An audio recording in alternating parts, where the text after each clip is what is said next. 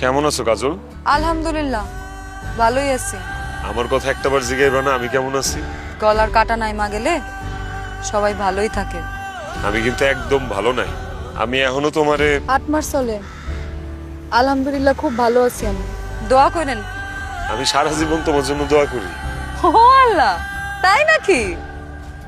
যারে একটা সময় ঘাট ধাক্কা দিয়া বাড়ি থেকে বাইর করে দিছিলেন তার জন্য সব সময় দোয়া করেন? আচ্ছা থাকবা, এসব পুরানো কথা। আপনার কথা কোন? ছেলে মেয়ে কয়জন? কেমন আছে তারা? এখন তো অনেক বড় হয়ে গেছে না? কি হয়েছে, আপনি কাঁদতেছেন কেন?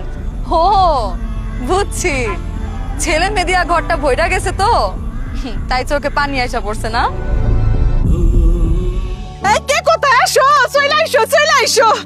এই যে আমার ঘরের লোক কি চাঁদের টুকরা এসে গেছে গা। হ্যাঁ ওমা, আপনার আসতে কোনো অসুবিধা হয় নাই তো? চল ঘরে যাই।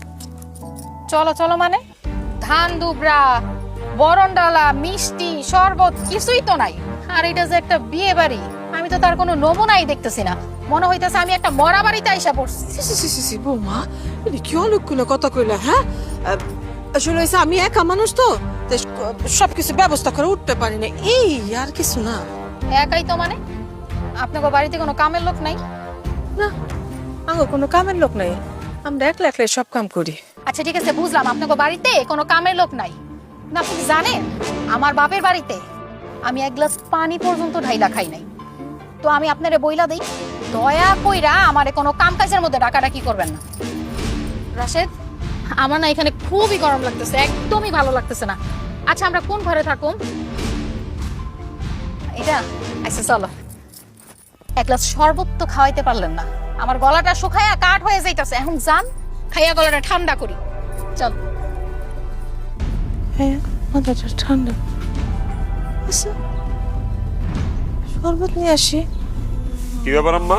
তুমি ঠ্যাঙের উপরে ঠ্যাং তুলা মোবাইল চালাইতেছো আর আমার আম্মা উঠান ঝাড়ু দিতেছে কেন? যেদিন আমার এই বাড়িতে লই আইছো ওদিন একটা কথা কইছিলাম, মনে নাই?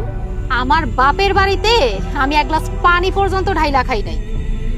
আর আইছে আমি এই বাড়ির উঠান ঝাড়ু দিমু। দিনে দুপুরে স্বপ্ন দেখো নাকি তোমরা?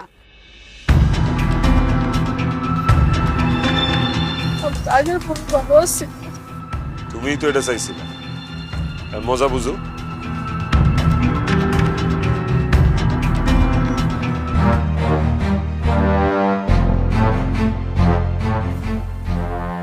বৌমা, তোমার লগে একটা কথা আছে। কি কথা কইয়া ফেলাম? তার মানে